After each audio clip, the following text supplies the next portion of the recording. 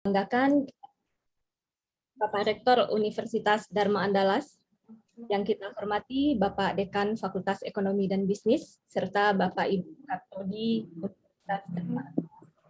Dan yang kita hormati tentunya narasumber kita pada sore hari ini, Profesor Dr. Heri S.E. yang juga sudah hadir bersama kita pada hari ini.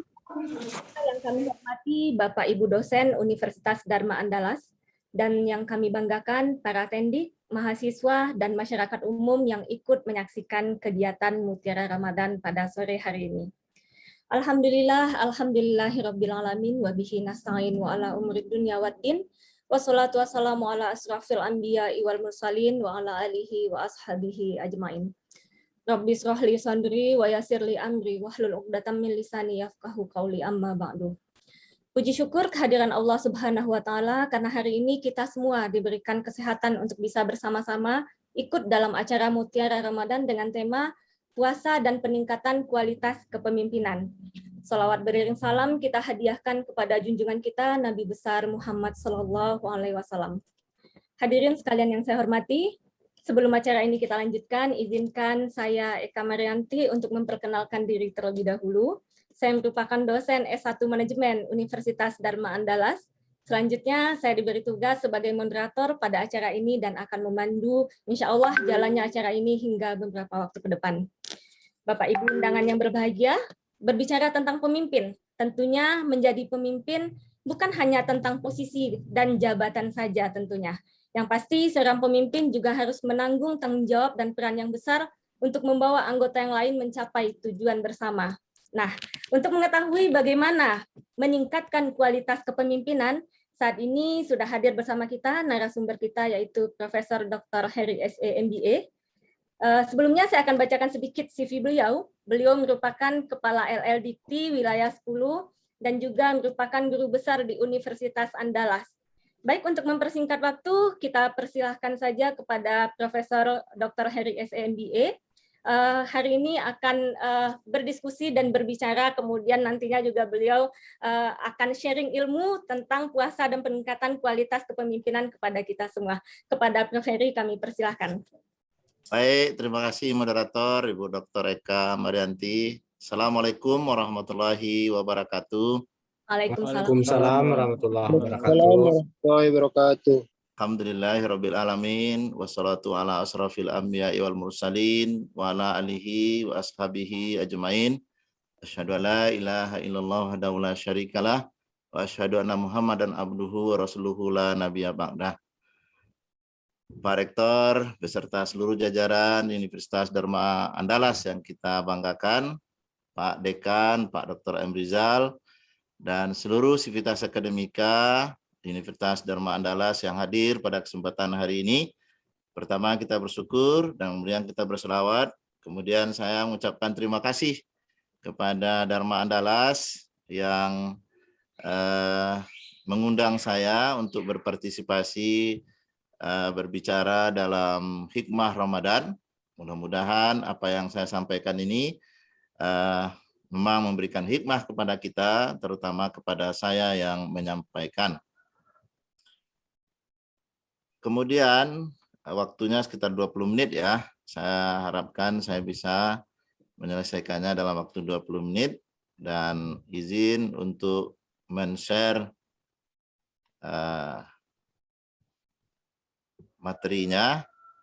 Baik, Pak Rektor, Bapak Ibu hadirin hadirat yang berbahagia, saya mencoba untuk melihat puasa yang kita lakukan ini sebagai rukun Islam,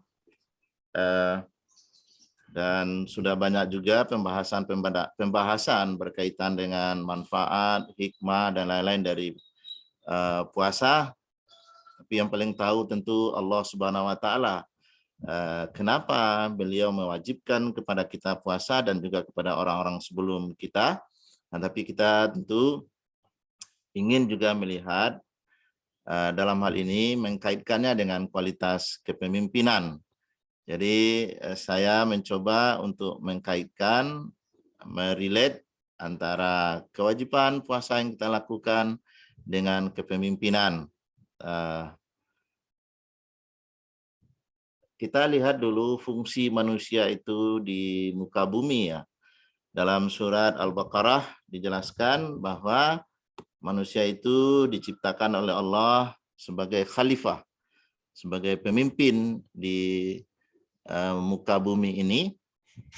Di surat Al-Baqarah itu dijelaskan bahwa Allah bersabda, sungguhnya aku hendak menjadikan seorang khalifah di muka bumi.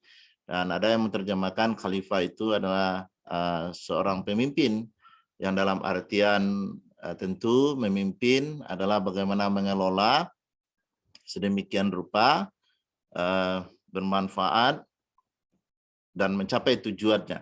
Nah, sebagai seorang muslim tentu arah kepemimpinan kita itu bagaimana kita taat dan patuh kepada Allah Subhanahu wa taala, menjalankan seluruh syariatnya dan meninggalkan seluruh larangan, termasuk juga orang-orang sekitar ataupun alam yang di mana kita berada. Jadi kepemimpinan itu memang diamanatkan kepada manusia oleh Allah Subhanahu wa taala. Begitu juga dengan hadis Nabi, dikatakan bahwa ini hadis riwayat Muslim, setiap orang adalah pemimpin dan akan diminta pertanggungjawaban atas kepemimpinannya. Jadi apakah itu seseorang yang memiliki posisi saat ini, kedudukan dalam sebuah organisasi, atau seseorang yang menjalankan posisi sebagai seorang suami, seorang istri misalnya, termasuk kita pribadi misalnya adalah seorang pemimpin terhadap diri kita sendiri. Nah, jadi dalam konteks itu kita melihat bahwa kepemimpinan kita dimanapun kita tentu perlu memberikan kinerja terhadap apa yang kita pimpin. Kinerja dalam perspektif agama tentu mengikuti seluruh arahan, suruhan Tuhan dan meninggalkan segala larangan, termasuk juga tentu menjadi orang-orang yang sebaik-baiknya atau khairun nas anfa'uhum linnas, menjadi orang yang bermanfaat bagi orang lain. Konteksnya tentu kita sebagai pribadi memimpin diri kita pribadi untuk bisa bermanfaat kepada orang lain. Niscaya tanpa ada sebuah kepemimpinan terhadap diri pribadi, nah hal-hal yang kita katakan tadi selayaknya seorang pemimpin itu tentu tidak akan tercapai. Kemudian apa kompetensi pemimpin? Nah ini banyak hal, banyak pandangan, banyak pikiran, banyak pendapat dari berbagai ahli tentunya. Nah dalam hal ini kita mengambil ada beberapa kompetensi, ada kompetensi rasional berkaitan dengan pengetahuan, ya berkaitan dengan ilmu, bagaimana mengelola, bagaimana memimpin, dan juga tentu bagaimana memanfaatkan sumber daya yang dimiliki, termasuk juga keterampilan yang lahir dari proses pendidikan, pelatihan, dan pengalaman. Nah, tapi saya melihat di sini yang paling penting, yang tak kalah strategisnya adalah persoalan kompetensi moral dan etika dari seorang pemimpin itu. Nah, kalau secara manajemen kita belajar pemimpin bagaimana mengarahkan orang lain untuk mencapai tujuan. Nah, kita bisa mengarahkan orang lain kalau yang diri kita bisa menjadi referensi bagi mereka. Kita bisa membuat orang lain itu bekerja kalau kita ini adalah orang yang layak untuk meminta mereka untuk bekerja. Artinya kita memiliki kemampuan, keterampilan, pikiran, dan teladan dari mereka. Kita yakin dan percaya kalau seseorang tidak memiliki moral dan etika, kemudian mencoba untuk mengatur orang lain, mencoba untuk mengarahkan orang lain, kita yakin bahwa kepemimpinannya tidak efektif. Nah, dalam hal ini adalah kompetensi moral, etika yang berhubungan dengan sikap mental dan batin yang menyangkut hal patut dan tidak patut untuk dilakukan. Dan juga termasuk menumbuhkan rasa peka terhadap bawahan, terhadap orang lain. Nah, dalam konteks kepemimpinan seperti yang dikatakan tadi bahwa kepemimpinan berhubungan dengan orang lain, berhubungan dengan alam. Nah, untuk bisa mengarahkan orang lain itu, kita perlu memahami kepentingan mereka, kebutuhan mereka, serta kita perlu peduli terhadap keinginan dan kehendak mereka itu. Nah, ini kompetensi pemimpin yang harus dimiliki, yang harus dipupuk, yang harus ditumbuh kembangkan, dan harus ditingkatkan setiap saat, kalau kita ingin menjadi pemimpin yang kompeten, pemimpin yang berkualitas, yang berkaliber. Nah, kemudian juga ada kompetensi budaya yang dikaitkan dengan tata laku, komunikasi, dan relasi kepemimpinan. Jadi pemahaman kita terhadap perilaku orang lain, kondisi orang lain, sosial budaya orang lain, nah, itu juga penting dalam rangka untuk mengefektifkan arahan kita kepada yang bersangkutan. Nah, kemudian apa tugas pemimpin? Nah, secara ringkas mengarahkan, kemudian melarang, dan memperhatikan segala kebutuhan yang dipimpin. Nah, ini yang harus dijalankan oleh pemimpin. Itu sifat-sifat mengarahkan, sifat-sifat untuk melarang, kemudian memperhatikan mereka. Jadi konteksnya atau tugasnya itu adalah seperti ini. Nah, jadi kita melihat bahwa tanpa adanya kompetensi kepemimpinan, yang paling penting diantaranya berkaitan dengan kompetensi moral, etika, sikap mental, dan empati terhadap lingkungan, empati terhadap kawan kerja ataupun terhadap orang yang kita pimpin, sebuah hal yang sangat penting untuk bisa berjalannya kepemimpinan. Seseorang kepemimpin yang tidak mau tahu dengan pimpinan, dengan bawahannya, dengan lingkungannya, nah, niscaya dia tidak akan bisa mengarahkan, niscaya dia tidak akan bisa melarang orang lain untuk tidak melaksanakan hal-hal yang tidak sesuai dengan aturan dan norma. Karena dalam mengarahkan orang lain, dalam mengkoordinasi orang lain, dalam membuat orang lain itu bergerak menuju tujuan yang kita katakan, nah itu perlu ada sebuah pendekatan yang juga kaitannya dengan pribadi kita, kemampuan kita, ataupun etika moral kita. Nah, ini hal yang menurut saya yang perlu kita sampaikan. Dan kemudian akibat pemimpin yang tidak amanah. Nah, ini yang perlu kita sampaikan juga, bahwa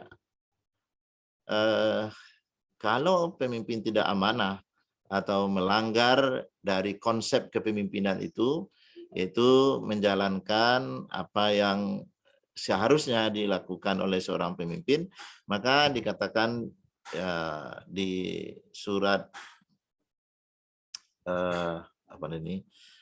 di dalam ini dikatakan bahwa kerusakan di darat dan di lautan disebabkan karena perbuatan tangan manusia. Nah, manusia itu adalah khalifah. Artinya kerusakan itu karena ketidakmampuan khalifah ataupun manusia itu dalam menjalankan amanah yang diberikan kepadanya. Tidak bisa mengarahkan orang lain untuk berbuat baik, tidak bisa mengarahkan orang lain untuk tidak melakukan hal-hal yang tidak diperlukan karena ketidakmampuan dari segi keterampilan mengarahkan orang lain, mungkin karena orang lain tidak melihat kita itu sebagai seorang pemimpin karena tidak memiliki etika moral yang patut untuk menjadi suri toladan bagi kita. Nah, kalau kita lihat banyak akibat yang akan ditimbulkan kalau tidak menjalankan amanah atau seorang pemimpin tidak menjalankan amanah. Ini hadis Nabi mengatakan dia akan kehilangan iman, termasuk ciri-ciri orang munafik. Nah, ini jelas bahwa seorang pemimpin itu harus melaksanakan atau perbuatannya sesuai dengan apa yang dia katakan, misalnya. Nah, ini kita kutip beberapa hadis Nabi ataupun firman Allah bahwa kalau kepemimpinan itu tidak menjalankan kepemimpinannya dengan baik, tidak menjalankan amanah yang diberikannya, maka itu akan membawa dampak terhadap diri kita sendiri maupun terhadap alam sekitarnya. Jadi dalam hal ini kepemimpinan itu sangat penting. Sifat-sifat kepemimpinan itu sangat penting dimiliki oleh setiap orang dan perlu ditingkatkan setiap saatnya. Nah, dalam konteks ini kembali kita kepada puasa. Nah, puasa adalah sebuah ibadah rukun Islam yang kita ketahui kewajiban kita bersama dan itu telah kita jalankan secara bertahun-tahun. Nah, dari definisi ataupun dari pemahaman dari buku-buku yang kita baca, pada hakikatnya puasa itu dimaknai sebagai perbuatan menahan diri dari hal-hal yang membatalkan puasa dari terbit fajar sampai dengan terbenamnya matahari. Nah, jadi dalam hal ini kita dilatih untuk meninggalkan hal-hal yang membatalkan puasa, makan, minum. Tetapi sebenarnya kalau kita lihat tingkatan puasa yang disampaikan oleh Al-Ghazali, puasa itu bisa dibagi 3 tingkatan. Yang pertama, puasa orang awam. Praktek puasa yang dilakukan level ini sebatas menahan haus dan lapar, serta hal-hal lain yang membatalkan puasa secara syariat. Jadi puasa pada tingkat ini adalah puasa yang mungkin tidak memberikan dampak yang dampak yang jelas terhadap perubahan perilaku, karena yang dipuasakan hanya sebatas haus atau sebatas makan dan lapar serta merokok, misalnya bagi orang merokok, dan hal-hal lain mungkin yang secara fisik membatalkan puasa. Nah, tentu dalam konteks ini puasa tersebut tidak ada membawa dampak terhadap sifat-sifat kepemimpinan yang kita inginkan tadi, seperti tadi. Nah, yang kedua, puasanya orang khusus. Jadi mereka berpuasa lebih dari sekedar untuk menahan haus dan lapar dan hal-hal yang membatalkan, tapi juga berpuasa untuk menahan pendengaran, penglihatan, lisan, tangan, kaki, dan segala anggota badannya dari perbuatan dosa dan maksiat. Termasuk mulutnya menahan diri dan mengunjing, bergosip, apalagi menfitnah. Nah, jadi kalau kita lihat ini, puasa yang seperti ini adalah puasa yang mampu untuk melahirkan orang-orang yang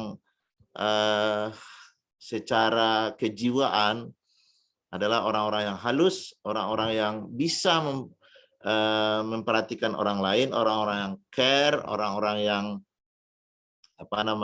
orang-orang yang concern dengan orang lain. Jadi tidak hanya concern dengan dirinya sendiri. Nah, inilah yang kita katakan dengan satu sifat karakteristik yang diperlukan dalam kepemimpinan yang kita bicarakan di awal tadi. Jadi puasa yang seperti ini akan melahirkan orang-orang yang tidak hanya bisa menahan organnya dari hal-hal yang dilarang, organ penglihatannya, pendengarannya, lisannya, kaki, dan segala macamnya memang digunakan untuk hal-hal yang untuk kebajikan, dan dia terlepas dari perbuatan dosa, maksiat, dan lain-lain, termasuk menggunjing, bergosip, dan menfitnah, yang kalau seorang pemimpin tentu akan jauh dari sifat-sifat yang seperti itu. Nah, kalau kita lihat yang ketiga, puasa super khusus, puasa yang paling tinggi menurut klasifikasi Imam Al-Ghazali disebut saumul khususil khusus. Inilah praktek puasa orang-orang istimewa yang excellent. Mereka tidak saja menahan diri dari maksiat, tapi juga menahan hatinya dari keraguan akan hal-hal keakhiratan, menahan pikirannya dari masalah duniawiyah, serta menjaga diri dari berpikir kepada selain Allah. Nah, jadi kalau kita lihat di sini, puasa yang terdiri dari berbagai tingkatan itu, nah tingkatan satu mungkin tidak terlalu menumbuhkan perasaan-perasaan atau tidak menumbuhkan sikap-sikap yang seperti yang diharapkan dalam kepemimpinan.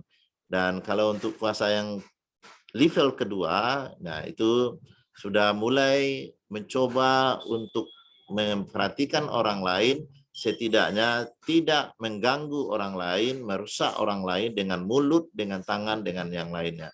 Dan yang ketiga adalah puasa yang benar-benar mempuasakan seluruhnya. Nah, jadi Bapak Ibu, saudara-saudara semuanya, dengan melaksanakan puasa yang seperti ini, maka akan terbentuklah sikap seperti yang kita katakan tadi, sifat yang care dengan orang lain, memahami sepenuhnya puasa itu, diantaranya adalah merasakan haus dan lapar, dan kita menggambarkan juga bagaimana teman-teman kita yang haus dan lapar bukan karena puasa, tapi karena kekurangan harta atau kekurangan kemampuan untuk melengkapi kebutuhan-kebutuhan itu. Nah, rasa yang seperti itu yang kalau kita kaitkan dengan sifat kepemimpinan merupakan sebuah sifat kepemimpinan yang akan meningkatkan kualitas kepemimpinan kita yang tentu akan membuat kita menjadi lebih efektif dalam memimpin. Termasuk hal-hal lainnya, misalnya puasa berkaitan dengan menahan pikiran untuk hal-hal yang lain, dan juga kita tahu bahwa puasa yang baik itu kalau kita lihat itu memberikan banyak binaan terhadap diri sendiri, terutama kalau kita menjalankan puasa termasuk yang khusus wal khusus itu. Dan yang paling penting menurut saya di sini adalah mempuasakan membentuk jiwa atau hati yang penyabar, jiwa yang care, tolerans dengan orang lain, kemudian ada sifat kejujuran di sana, dan kalau kita perhatikan juga berkaitan dengan kejiwaan atau hati itu, maka kalau hati itu baik, maka seluruhnya akan baik. Nah, itulah yang dikatakan oleh hadis riwayat Bukhari dan Muslim, sungguhnya dalam tubuh manusia terdapat sebuah daging, jika daging tersebut baik maka akan baik seluruh tubuhnya, dan jika daging tersebut buruk maka akan buruk seluruh tubuhnya. Ketahuilah daging itu bernama hati.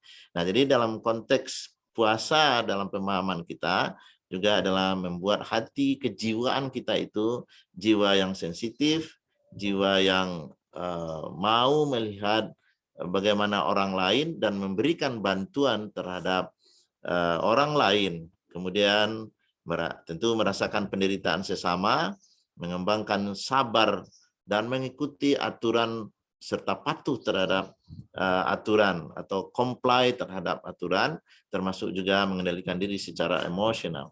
Semua hal ini berkaitan dengan kepemimpinan yang kita bicarakan tadi. Jadi di sini ada irisan, saya lihat ada irisan antara puasa ataupun pendidikan puasa dengan kualitas kepemimpinan kita.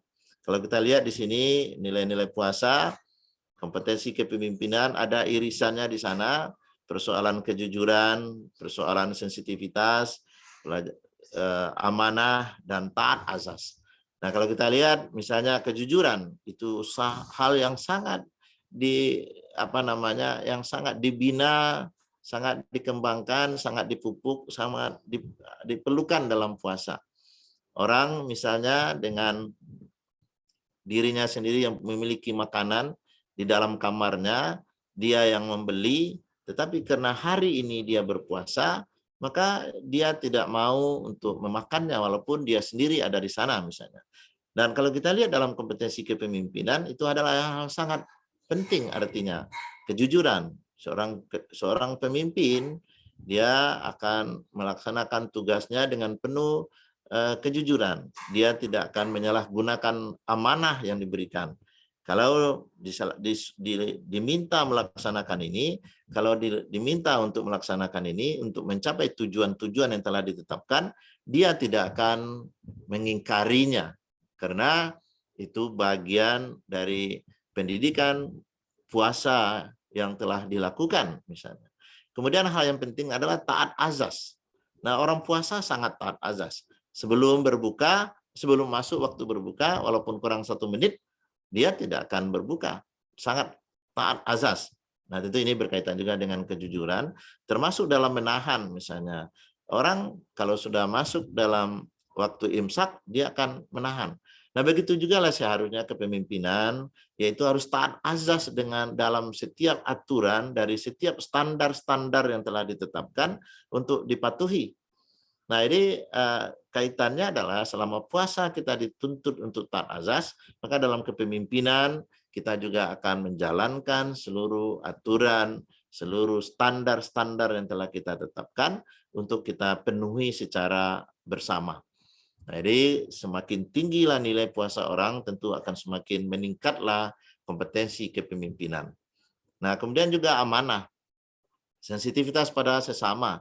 Nah, ini barangkali ini sebuah pengetahuan umum kita bahwa puasa mengembangkan sifat sensitif, sifat merasakan bagaimana saudara-saudara kita yang tidak berkemampuan dalam memenuhi kebutuhan. Nah, sementara kita hanya menahan bukan karena tidak ada kemampuan, tetapi adalah karena sebuah aturan yang mengharuskan kita berbuat seperti itu.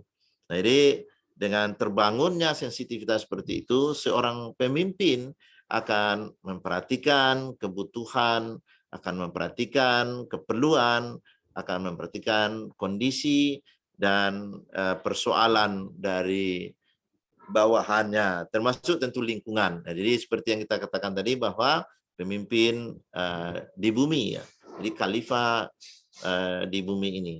Nah, jadi dari apa yang kita katakan bahwa semakin baik kita menjalankan puasa, maka semakin baguslah kualitas kepemimpinan kita. Tapi tentu puasa yang dilakukan itu adalah puasa yang penuh perhitungan seperti yang dikatakan dalam hadis Nabi, termasuk tadi puasa yang dikelompokkan ke dalam kelompok ketiga, puasa khusus wal khusus yang menurut si Al-Ghazali, Imam Ghazali. Nah, barangkali itu yang bisa saya sampaikan pada kesempatan yang singkat ini kepada kita semua. Mudah-mudahan ini bermanfaat kepada kita, dan tentunya kita berharap puasa yang kita lakukan ini adalah puasa yang level 3 ya.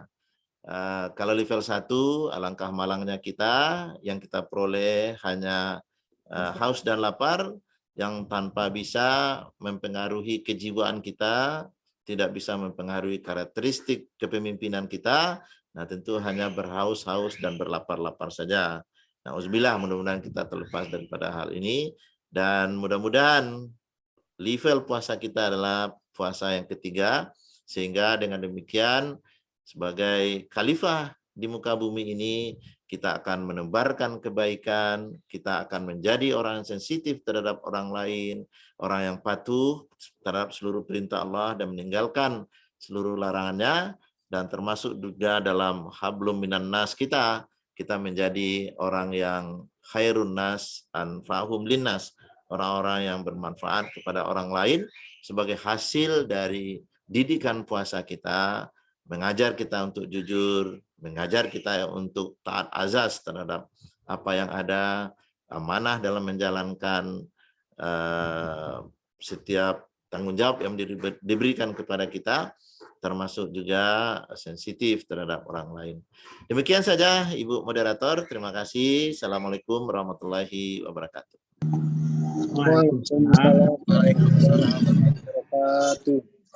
Waalaikumsalam warahmatullahi wabarakatuh.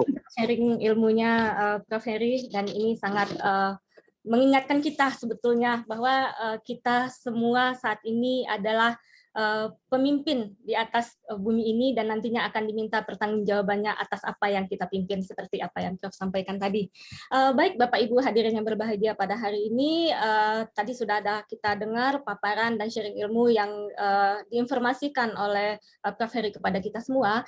Maka kami persilahkan kepada Bapak Ibu dan audiens jika ada sesuatu yang ingin ditanyakan terkait tadi apa yang disampaikan oleh Prof Heri, kami persilahkan. Tapi untuk itu saya lihat tadi sudah ada chat yang masuk, dan kesempatan nanti untuk interaksi dengan Prof Heri saya hanya buka satu pertanyaan saja karena kita terbatas sekali dengan waktu.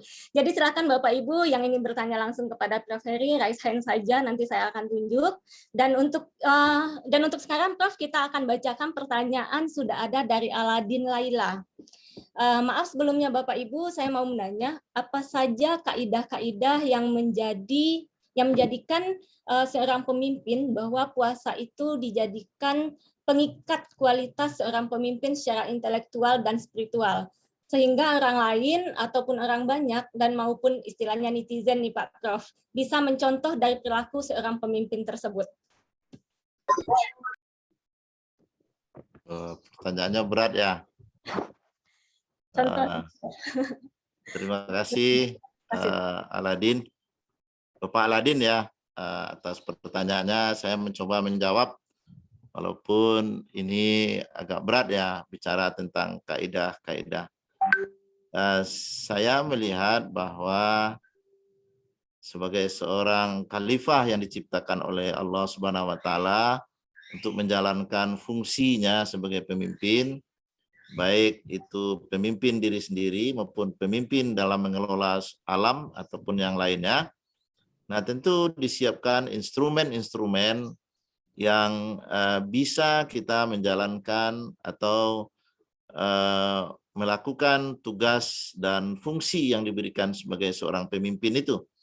Nah, saya pikir kaitannya dengan puasa ini adalah sebuah instrumen untuk menjadikan kita ini ciptaannya menjadi orang-orang yang berkemampuan dalam menahan diri, orang yang mampu melihat orang lain, bagaimana kondisi orang lain, dan juga bisa merasakan apa yang dirasakan orang lain, serta menjadi seseorang yang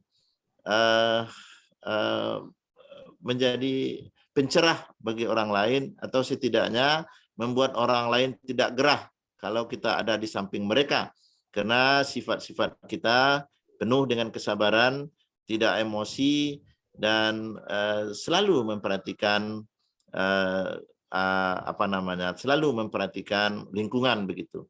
Nah, saya pikir puasa merupakan instrumen untuk itu. Nah, mudah-mudahan itu menjawab apa yang diinginkan oleh Pak Adila. Terima kasih. Terima kasih, Prof. Demikian Pak Aladin Laila ya. Aladin, mohon maaf. Aladin, Prof ya. Demikian tadi jawaban dari Prof Heri. Ya, mungkin ini kita hubungkan juga dengan tingkatan puasa tadi ya, Prof ya. Mungkin pemimpin-pemimpin yang bisa kita contoh itu memang pemimpin-pemimpin yang sudah memang berada pada tingkatan puasanya itu pada puasa level 3 nih. Puasa orang yang super khusus ini, Prof.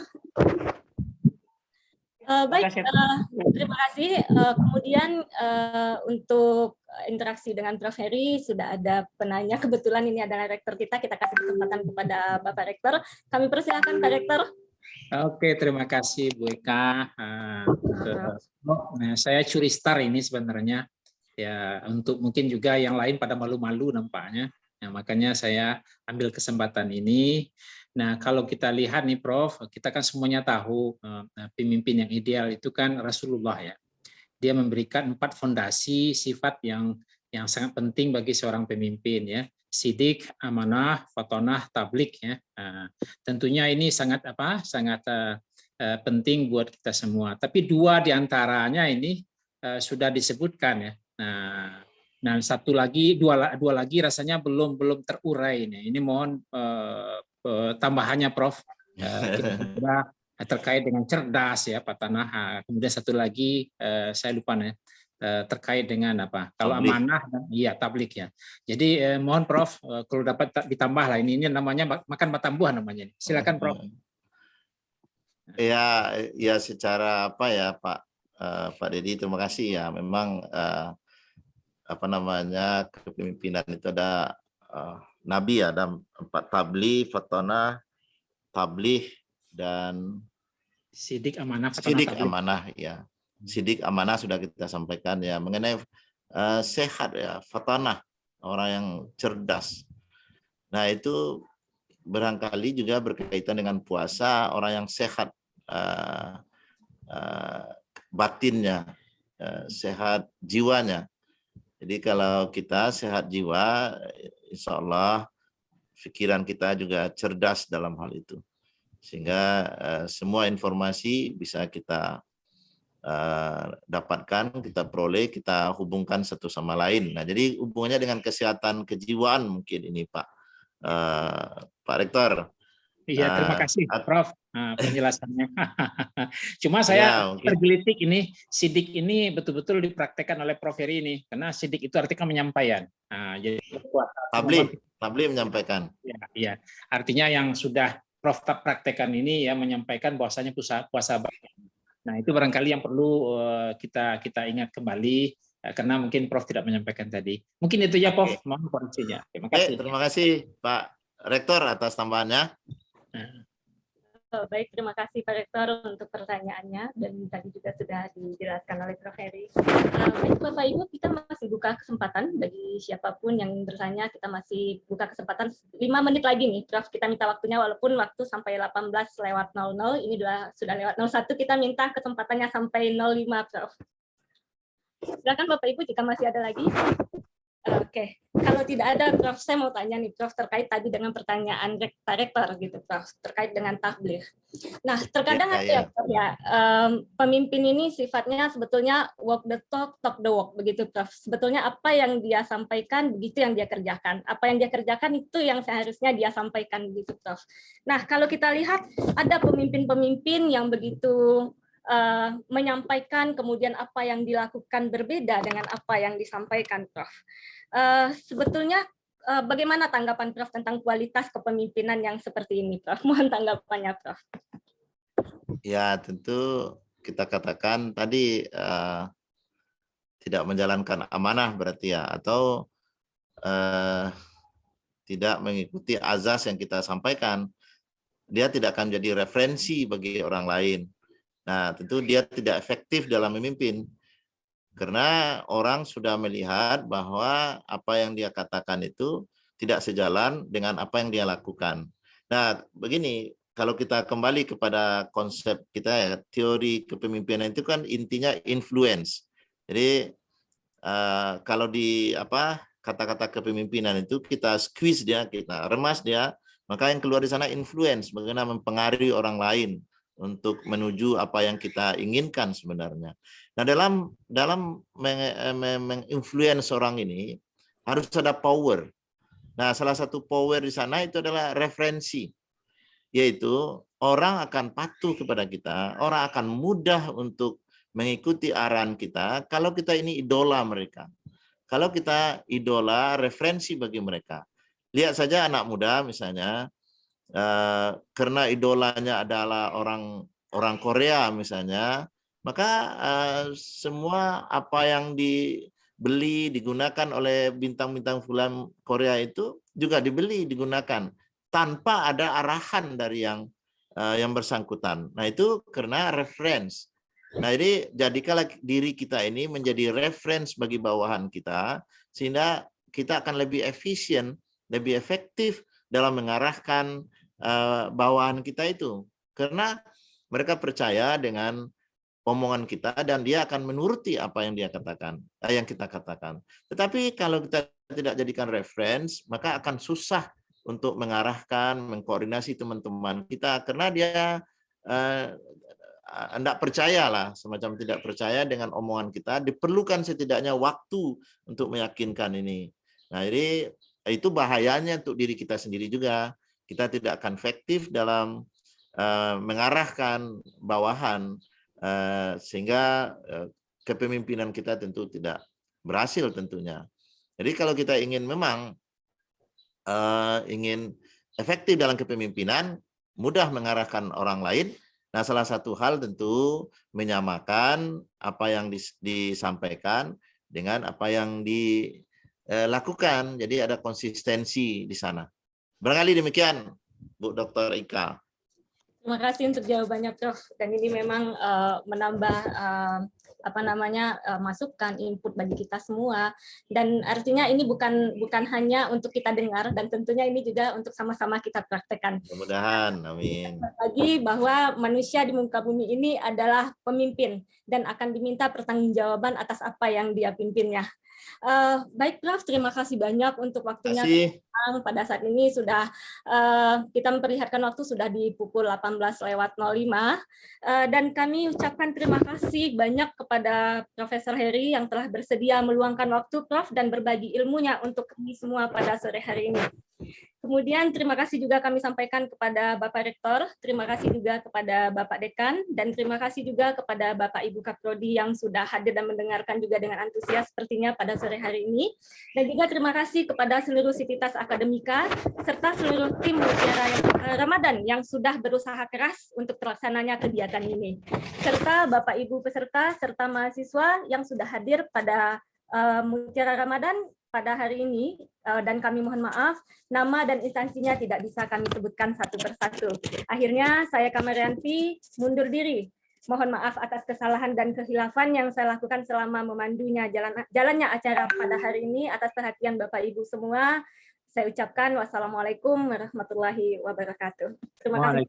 Waalaikumsalam warahmatullahi Terima wabarakatuh. kasih Pak Rektor semuanya. Semoga bermanfaat. Pak Dekan. Terima kasih, Prof. Terima kasih. Ya, Terima kasih Pak Eri.